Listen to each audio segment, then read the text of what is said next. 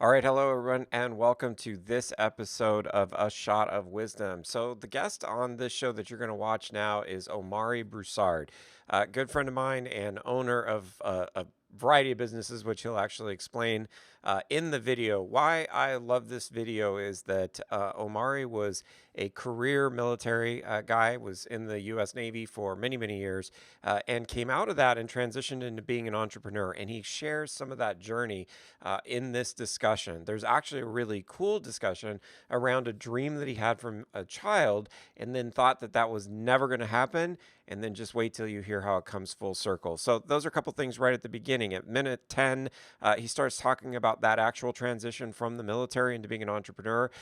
17 minutes into it, he talks about why continuing to learn is so important. And then, about 20 minutes in, he shares in how he focuses on that and gives us three really great points to consume, understand, and execute. And he'll explain what he means by all of that. At 22 minutes in, he talks about non negotiables and routines. Pretty great discussion. And then about minute 31 is probably my favorite part. While the whole thing was great, my favorite part of the discussion is when he, as a former chief in the military, talks about leadership. Really good stuff. So look forward to hearing about this, what you think about this episode, and let's get started. Enjoy it.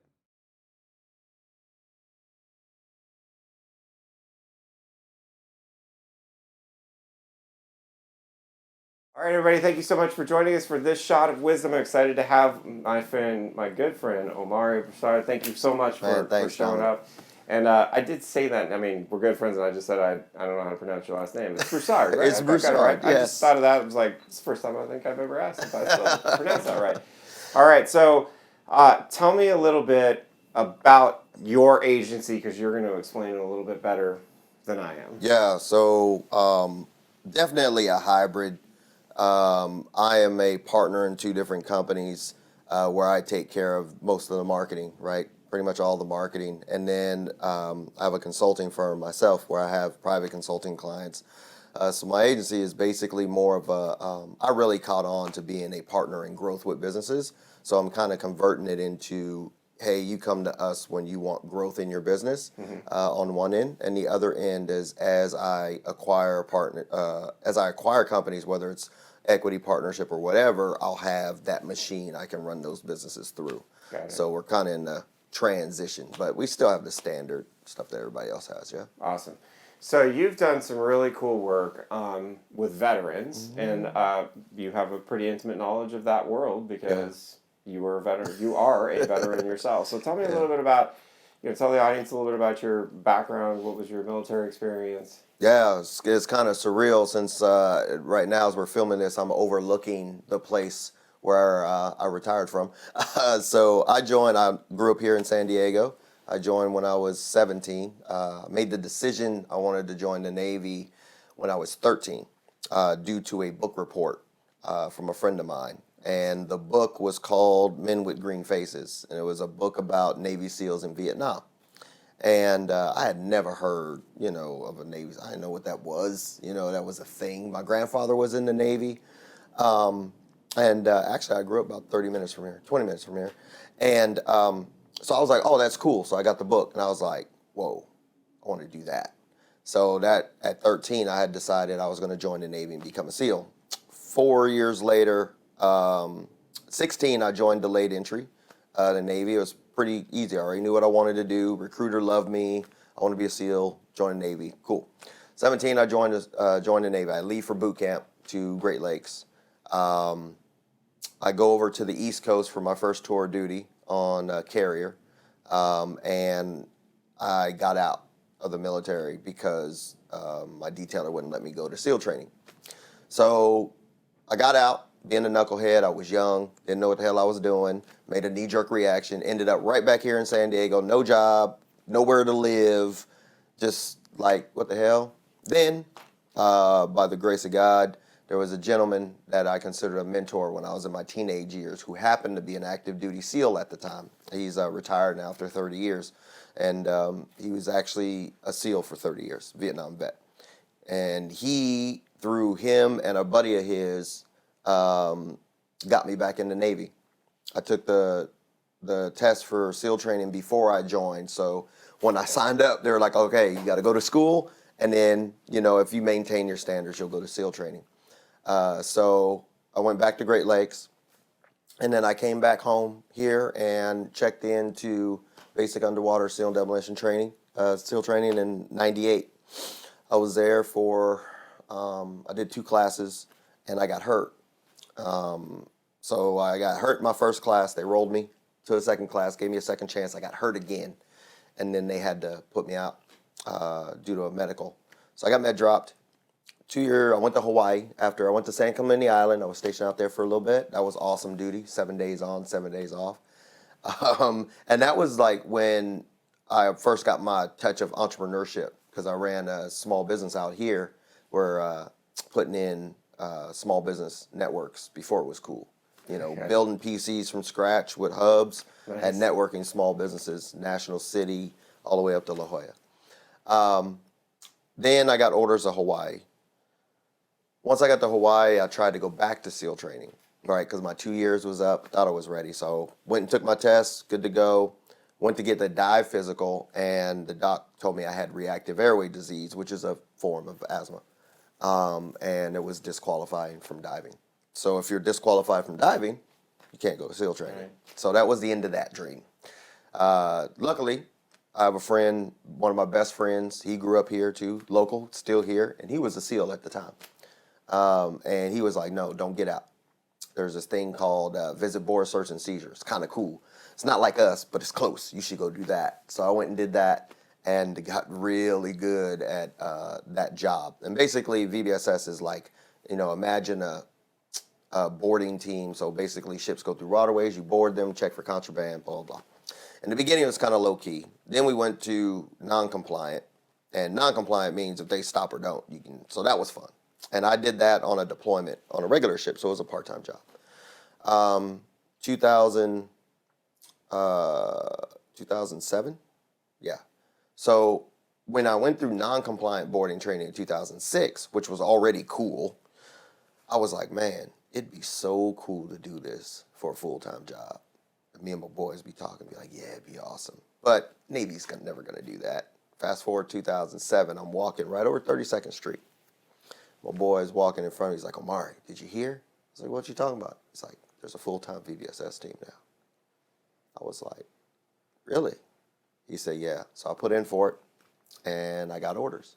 And I went over there to North Island to Mobile Security Squadron 3, and I was one of the original members of HVBSS Team 1, which was Hilo Visit Board Search and Seizure. So our job, we actually was able to use helicopters, right? So that's when I was jumping out of helicopters and doing all that cool stuff. And then I made chief from that. We did a deployment in '08. I made chief. When I made chief, I had to leave. And that's when the orders came up for Naval Special Warfare Group 1, Mobile Comm Team. And I got picked up for those orders. And as soon as I got there, touched right back in Coronado. As soon as I touched down, I got assigned to SEAL Team 3, which was the team that I had wanted. My dream as a kid was be the command master chief of SEAL Team 3. And I ended up doing my last deployment to Iraq in 2010 with SEAL Team 3. And then I went to shore duty over in group level, so it's like staff level of the SEAL teams, and I retired from there. So it was kind of a full circle, and that was my military career. That's pretty awesome. So you sticking with it, I mean, as a theme, and we'll get to more on this one as an entrepreneur, but that, I mean, you had so many opportunities to just say, I'm out, like, because you weren't going to hit your dream. At least it didn't seem like it, that you were going to at all hit your dream. And yet, somehow, some way, one way or another, you got there, which would imply a lot of persistence and hard work to get there, which is a pretty good starting point for an entrepreneur, I would imagine. So, coming out of that, I have so many questions. Go ahead. I think it's so fascinating. But I think, I have a lot of friends in the military. My father was a veteran. We've talked about that a little bit. But that transition coming out of the military, you use the term getting orders and, and then making that transition to like running your own business. Talk about that transition. What's that like, and how do you deal with that? I think I cheated the system because I started when I was very young, right? So when I started that computer business, that was like my first taste of entrepreneurship.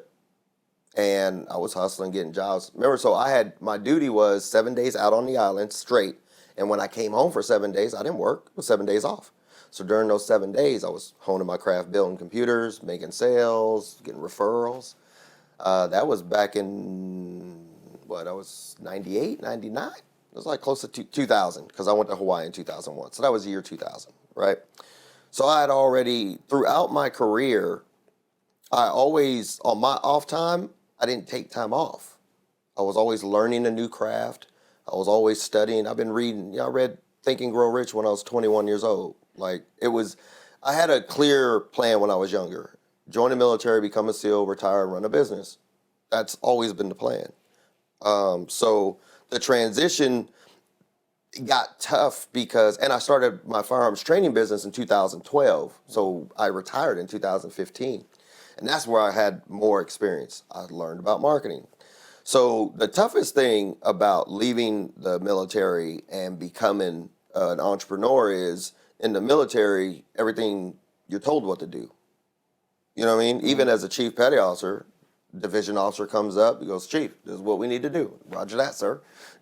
And you execute. As an entrepreneur, nobody wakes you up and goes, hey, this is what we need to do today. You got to figure that out. Mm-hmm. Excuse my language. I'm prone to say something just because I'm passionate about it, right? So nobody gives you direction. You have to create your own direction, which for me, I couldn't see myself after 20 years. You got to imagine from 17 to 40. I think I was 39. I'm 44 now. Yeah, 40.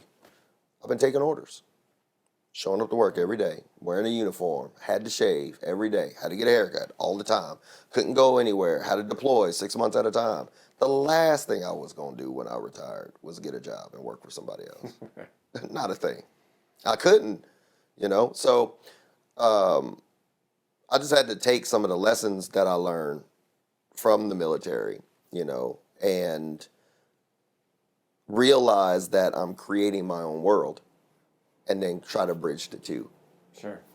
So, lessons learned, I think it's a great transition there. What are some of those lessons that you can learn? I mean, I can't imagine that, again, I serve, so I can't imagine that everything is a direct correlation over, but there has to be some things that are correlating over. If you're talking to and you do extensive work with veterans, so what are some of the pieces of advice that you say that like, hey, this is the thing that, remember this from the military, apply that here, but second part to that question is, what are some of the things where you're like, yeah, it's not like that here? Yeah.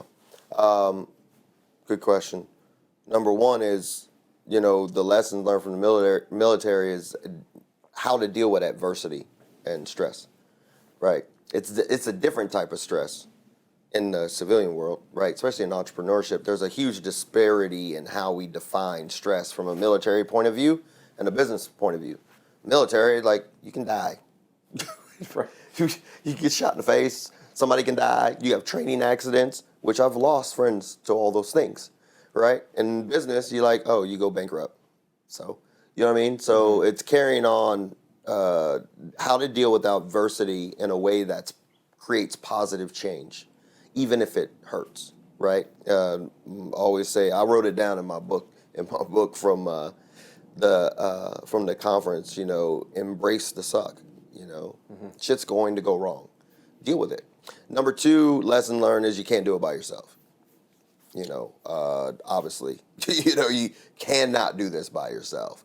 And it's tough because I was talking to a friend of mine last night who actually, he's actually a coach for one of my clients who's out here, and he used to work for me when I was in the Navy. And I was talking to him last night, and we were talking about our ability or lack of ability to adjust to this new world, right? So another lesson is you can't do it by yourself. Now, the problem is there's a lack of trust that veterans have in this new world because people aren't like us, we're 1% of the population. This is the smallest military we've probably ever had. So we have to learn how to work with people and develop new relationships. Now, the military does it in a more harsh manner. They line you up put you on a bus. You get off that bus, and they line everybody up and start yelling at everybody and blah, blah, blah, blah, blah. It's not like that in this world, you know? So we got to relearn how to connect and build these relationships to help us, move forward. That's number 2. Number 3 is nobody owes you anything.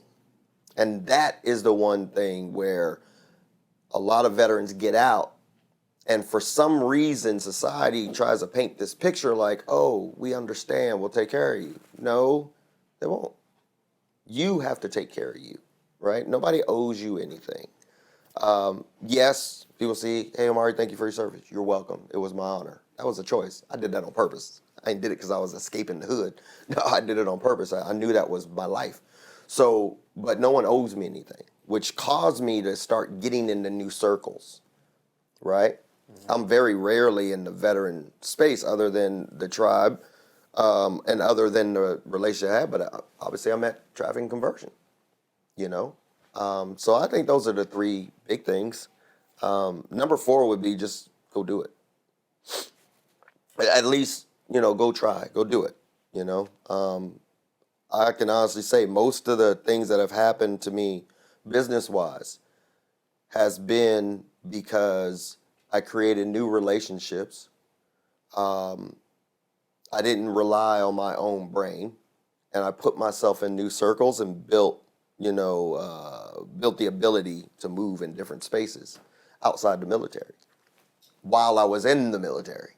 So it wasn't a culture shock when I got out. I was already doing this. I was going to traffic and conversion in 2014, 13, like 2-3 years before I retired. Wow. I was already at TNC. So, but I learned those lessons while I was in, you know what I mean? Sure.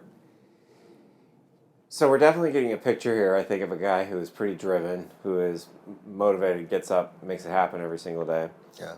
For those who are watching us, think about it going, because now you may or may not hear on the audio some airplanes, rather large F-18s or something taking off behind us. We're here in San Diego for Traffic and Conversion Summit. You've been attending for more years than I have, which is a huge marketing and sales, really, commerce convention. And I think somewhere in the neighborhood of 6,000 people here in San Diego. And where we're located is literally across the bay. Out the window here, we have a nice view looking quite literally down on the base where you retired, which is pretty amazing. So watching the ships go by and Omari, you were regaling us with stories of being plucked out of this water by helicopters. Yeah. Pretty amazing stuff. Actually, a helicopter just flew by is one I used to jump out of. Yeah, there you go. So, but driven. So my observations of you, we've known each other for about a year now, I think. So my observations of you have been somebody who is obviously driven, is very motivated, great attitude, fantastic attitude, really.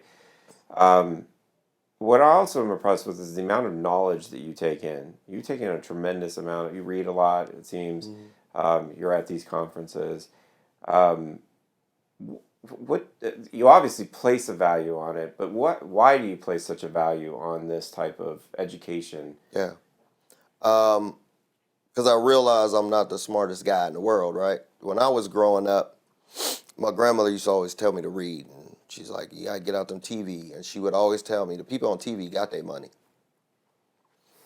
Right? The sports you watch and the athletes you watch, they got their money. You watching Trump on TV, he's the president, you're not. You know what I'm saying? Right. So once that, man, it was so cool. Once I turned 13 and saw that book report, I started consuming books. Now, the first books I read were books on SEALs in Vietnam, right? I'm talking old school books. There's a book written by Bernard Waddell. He was like the second Black Frogman. That book's not even in print. I must have read that book 30 times because it's the only example of a black guy that was in the teams. So I got in this, habit of consuming books. And, of course, being in the military, there's a lot of learning. And the higher I got up, the learning in the military, you have to be able to consume a lot of information in a very short amount of time because you're going to be doing that job relatively quickly. Mm-hmm. You know what I'm saying? We don't have time to put you through 4 years of college. We got to put you through 2 weeks. We got to compress a semester or 2 semesters in college in a week. Interesting. So the military is geared towards hyper-focused immersion type training. Well, and so to your earlier point, your ability to consume that information and use it is potentially, I'm guessing, life or death. Life or death, right? So when I talked about jumping out of helicopters, there's a course. It's called Hurst Master, HRST. And it's basically the guy that directs everybody out of the helo or hooks everybody up to the rappel tower and all those things dealing with suspension, right, in the air. You mess up a knot, that's a wrap. You got to drop, we used to drop 10 guys on the ship in seconds. You mess up a knot, it's going to be a problem. So, and that class was 2, 3 weeks, if I can remember going back, like 2 or 3 weeks. I went in 2008. But we used to show up at 7, and if we had night evolutions, we wouldn't leave till, 10, 11, 12, midnight some nights.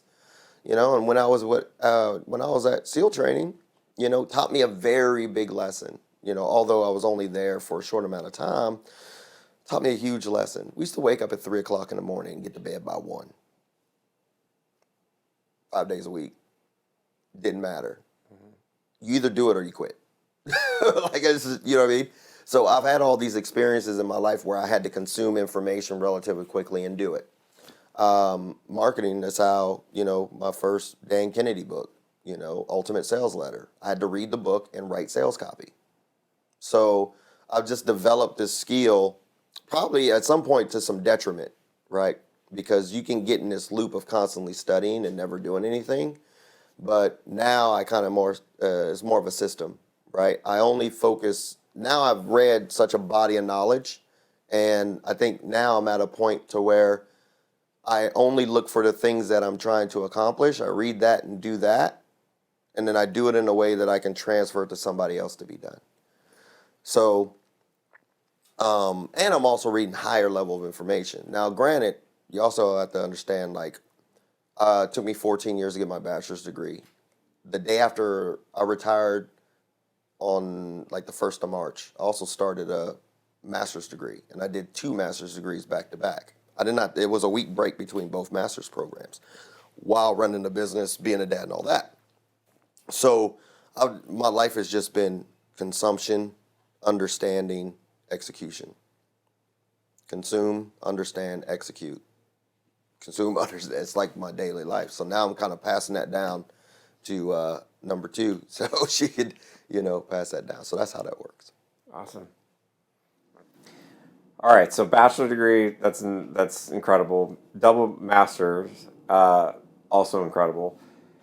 It is interesting to me though that I hear entrepreneurs who will say that they don't spend a lot of time doing things because they go the other direction. Like you said, you have to balance that execution piece of it. And then we recently shot some video on this topic of the idea of people saying, "Oh, I'm just too busy to take in that information." Right. Well, I mean, I can already tell your facial expression of that. It was yeah, okay. But I also, how do you? I mean, do you carve out time? Is there some tactical things? How do you actually do it? Because you're a busy guy. 2 companies. Yeah. I see the stuff that you do in the the veteran tribe. I know I said that wrong. Entrepreneur tribe, I believe it is. You're active in the community that we both belong to, the digital marketer community. You share stuff. It's a lot that you do.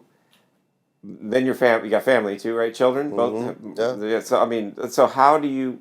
What is share with the audience? Those of us are going oh man, I can't do all that. Yeah. How do you do it? I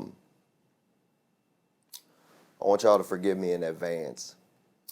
I am very clear on what my life is supposed to look like, and everybody around me understands that. Okay. And there are some things in my life that are just non-negotiables. So what do I mean? One, I've been doing this since, even when I was in the military, instead of taking leave on the weekends, for my first company was a firearms training company. And I would go out into the civilian world and learn how to teach firearms, or I would be teaching courses. I was doing all that while I was in, right? So I was going to school, going to work full time, if I wasn't on the deployment, and still traveling around the country teaching classes. So I just kept that going. Now I don't have a full-time job. Now I kind of work my own hours, right? So The key to doing this is you have to understand exactly what you want, and you have to take control of your day, which means you have to eliminate a lot of the things that aren't going to get you to where you want to go. When I wake up in the morning, everybody talks about morning routines. I get it. I wake up in the morning, got to get coffee, got to go take a walk, do some push-ups, some sit-ups, and the first thing I do is read for 25 minutes. And then I write for 30 minutes, period. Every morning, gets done. Bam. That's how I read so much. You know what I mean? Right. And then, of course, the consumption throughout the day. You know, it's not like I'm reading a book. It may be reading a sales letter or whatever, you know, but I structure that in my day so that those are the big rocks. Most of the things, you know, I'm of the opinion that if we look at the average person's day, they can probably cut out 30-40% and get triple the results. And I bought into that. You know, Perfect Day Formula by Craig Ballantyne is one of my favorite books. Power of Focus, that's an old book. I think Jack Canfield wrote that book. What's another one? Just these, a lot of time management. Tony Robbins did his RPM method. You know, Dan Kennedy, you know, he has an audio program called Extreme Productivity, and really like his personal operating system. So my first book about time management was Dan Kennedy's book on time management. Dan Kennedy don't talk about time management like everybody else. Dan Kennedy talks about time management as you creating this world where you are the center of it, period. That was the first book that I read on time management. I just created that world, and I strive to do it every day. That's awesome. Right? Something recently I just saw was an interview with Warren Buffett and Bill Gates. And Warren Buffett only has 3 things on his calendar for the week. He spends 4 or 5 hours a day reading. He's one of the top richest men in the world. You know what I mean? Right. So I know that that's kind of ambiguous, but if you structure your day based off what you're trying to achieve, then you'll make time for the things you need to in order to accomplish your goal. I know marketing changes constantly. So I was always, that's how I stay ahead. But then I was talking to Roland Frazier, and I asked Roland, you know, what's the next level for a marketer? Because I don't just want to be a marketer. You know, I want to be a business builder. And he gave me some books to read. And now I'm thinking on a whole nother level, right? So it's through these books, through the consumption of information based on where you are or where you're trying to go. You consume that information, and now, you know, now I'm thinking more strategic, Right. you know. But you have to do it. A lot of people say, oh, I don't have time. Well, if you always feel like you're stuck or you can't keep up, you know why? Because you don't have time. So make time. Or hire somebody to open up time for you. Because you can buy time by the form of buying someone else's time, you know, or doing some type of exchange of value for their time. So it opens you up to really focus on what you need to do. I love that. Good segue into time. No Is doubt. that it's time to try this Hennessy. My favorite part. So okay, so we got you told me a little bit about this Hennessy, and I'm gonna be fun here. I'm gonna talk about some of this water that's in here. We're gonna get rid of that. We'll edit that out later. Yeah. But so I'm gonna pour you a little Hennessy here. Tell me a little bit about because it was like there wasn't even a hesitation when I said. Yeah. So Omaris, shot of wisdom. What would you? Hennessy. Like it wasn't even like I don't think there was any delay. I'm just teasing him about that. He sent me an email, but. Let me pour you some here. Oh, if I'm pouring you. it incorrectly, you tell me how No, I'm no, doing no, it you wrong good. or good. Keep there. it simple. So, so if you're doing a little Hennessy, Yeah. edit this out too. I don't know what happened here. These are melted fast, huh? What do you love about it? Oh man. Me and Hennessy have it was the one thing. It's two pronged. So one, Hennessy. Thank you. And cheers. Cheers. Thanks for being on the show. Oh man, thank you for having me. So where I come from, you know, right down the road, southeast San Diego, there's certain drinks that, you know, you can and can't have, right? Hennessy, when I was coming up, was like the upper level. That's one. So I'm always, you know, they talk about chase the right rabbit, right? Just to be full disclosure, somebody's gonna call me from Hennessy.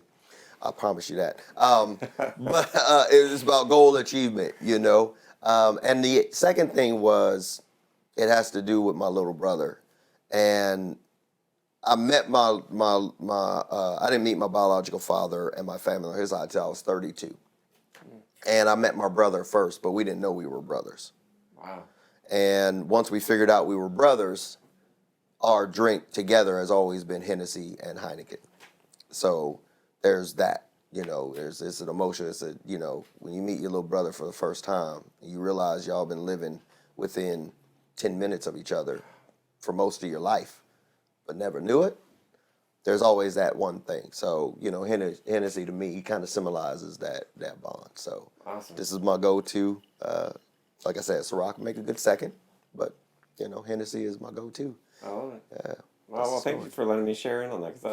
Thank you. That's pretty awesome. That's a cool story. I think it's, I think sometimes when we started this show off, we did it kind of just for fun, just to add a little bit of like this shot of wisdom and the idea of just letting the guests choose. But it's been really fascinating to me.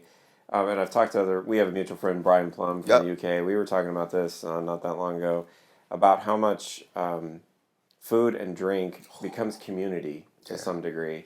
And obviously, rightfully so, alcohol can get a negative connotation because people can abuse it and obviously go to a different level, like anything, moderation, right? But it is interesting to me how people have a story behind usually what they like. It's very rare to find somebody who doesn't have, especially if they're that opinionated on something, where they're like, there isn't a reason behind it or a great memory associated with it. So that's neat. I love the story of your brother. Thank you. So I like to have a little fun once we have the drink in hand because, why not?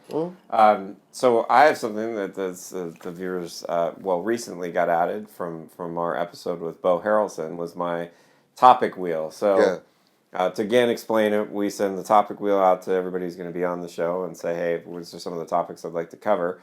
And it's a very simple wheel, as you might imagine, that has some topics on it. There's 6 topics on it. So you, Bo, introduced this idea, and you were totally in for doing it. Let's just have a little fun with this wheel and have a little Wheel of Fortune fun with it and see what's going on. So there's 6 topics on the wheel. I don't really have a question prepared because we're just going to go for it. Let's do it. And just your thoughts on it, and anything on what you think about the topic. There's a couple on here that I'm really fascinated. I hope you hit them. It's a topic I'm really curious to see what you think on it. But Cool. I know it's gonna be awesome. So pick a number 1 to 6. All right. I'm going to pick number 5. 5. Leadership. Leadership. Oh man, I'm so happy. That's the topic I wanted. So, leadership. Yeah. This does not necessarily have to be. Obviously, a lot of agency owners watching this. But this could be whatever you think about leadership. What's your thoughts, takeaways, advice? I'm going to take you back to, I think I was like 16. And down the road, down to 75. Take the 75 and Coronado, you end up in Imperial Beach. My mom still lives out there. And that's where my mentor, retired Master Chief Doc Coots, lived. And when I was in high school, I would go to his house all the time. And I would hang around with him. And all his buddies was like old school frogmen. And I'd sit, on the porch while they were drinking beer. And I would just listen, just hear him. And I remember Dad, I call him Dad. I remember Dad talking about leadership. He said, in the Middle East, it's customary for the eldest to eat first, right? The older man in the Middle Eastern culture gets all the love and respect. He said, I'd always piss him off because I'd let my guys eat first. And he said, if you always feed yourself and you're starving, you can't feed yourself if there's no food. You know what I'm saying? Mm-hmm. But if you feed the boys first, when you're hungry, they'll feed you. And you'll have too much food. Interesting. So, when I think of leadership, I think about development. I think about how are we preparing those that follow us to be better, right? They obviously have to do the job. And they obviously have to understand that doing your job is your job. Mm-hmm.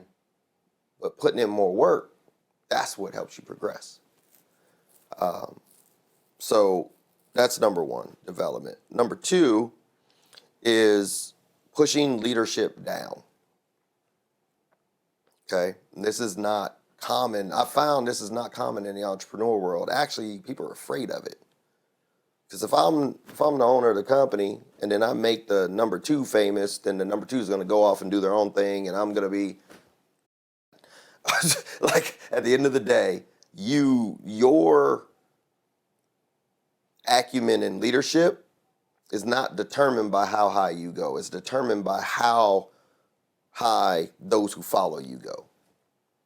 Now, I learned that from the military, because as a chief petty officer, you cannot be a chief if you don't have people that follow you that succeed.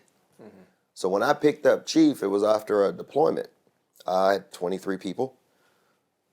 70% of them were going to college. Good, 60% of them were getting awards. 100% of them was warfare qualified. 10% out of the 20, so 4 to 5 of them were getting Sailor of the Quarter. I knew I was going to make chief. I knew I was going to make chief because my entire team was winning amongst my peers. You see what I'm saying? Absolutely. So when we push leadership down, we raise ourselves up. That's, another big thing. And leadership is not management. Managing numbers, making people show up on time, blah, blah, blah. That leadership and management are two separate things. So, and it can be learned. I don't think leadership is taught enough in the entrepreneur world, which is why you have a lot of people that they're able to build big companies or sell a lot of products, but they reach a point or a cap due to their lack of leadership ability or leadership skill. So we got to study leadership. So when I was in the military, I was taught to study leadership. Whether it was from the commanding officer or whether it was reading a book on leadership, I just studied leadership. So it's a skill you can pick up. Not everybody needs to be a leader. The game ain't for everybody. Not everybody can be in charge. And it's okay to be a good follower. And I'm a product of that. I followed for a long time until my shot came. When my shot came, it was obvious who the next choice was. There's only a certain amount of slots for promotion in the military. Right. Sometimes you just got to wait your turn, for certain positions.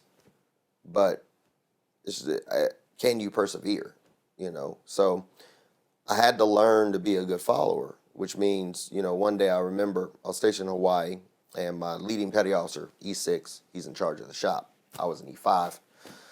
And one day he's just sitting there, and he's like damn near banging his head on the wall. And I'm like, hey, what's going on, man? He's like, bro, I got this to do, I got this to do, I got this to do, and the chief's on me for this. I shut the door. I was like, look, here's what we gonna do. You focus on that. That's all you focus on. I'll take care of the floor. I'll run the watch bill. I'll take care of the people. I'll take care of the troops. You do that. And I went out there and I called a meeting for the troops for my watch section. It's about 5 or 6 of us. And I was able to use the cash flow quadrant in a work environment. All right, team, here's where we go. Glenn Zarati's going to be in there doing work. All right, here's what we got to do. Here's the 2 columns that you fall in. You can only fall in these 2 columns.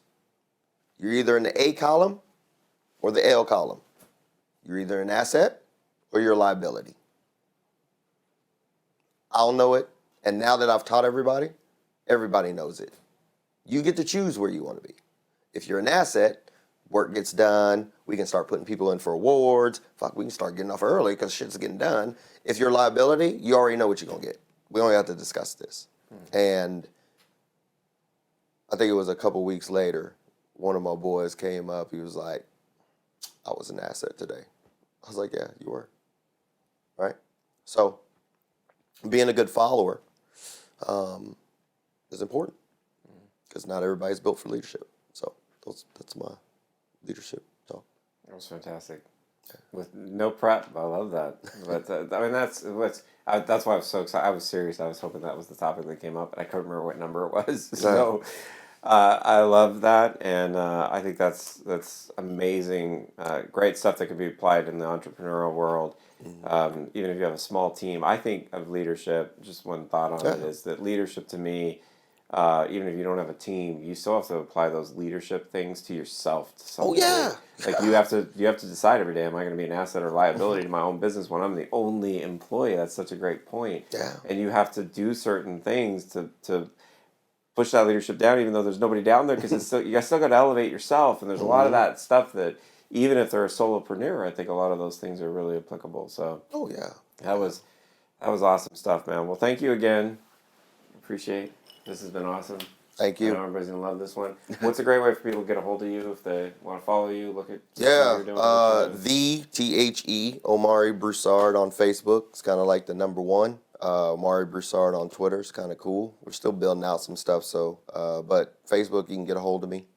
I really love hearing people's stories and interacting, so I won't hide from you. Awesome. Love to hear it. Well, thanks everybody for joining us, and I'm going to shut the camera off and have some more Hennessy with my hand here. Sounds good. Thanks so much. All right, thank you guys. All right.